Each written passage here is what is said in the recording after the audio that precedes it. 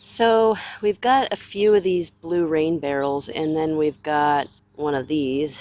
So we've been collecting the rainwater and using it to water the garden. But we also got this pump with the little hose fixtures on the side so that we can actually pump the water out of these barrels and put it in the garden. I mean, it works pretty good unless you got a clog in the hose or something, but thinking maybe get something we could put them up on and elevate them so that gravity can do the work to come down and water things here.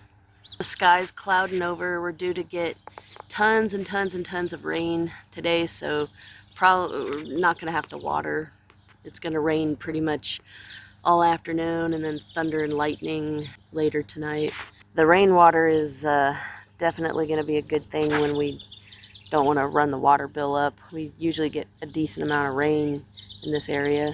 It's Missouri Zone 6B. So that's the update on the rain barrel watering situation, and we're going to see how well that works long term. Don't forget to comment, like, and subscribe. Click the little bell so you'll be notified when we post a new video. Thank you for watching, and happy gardening!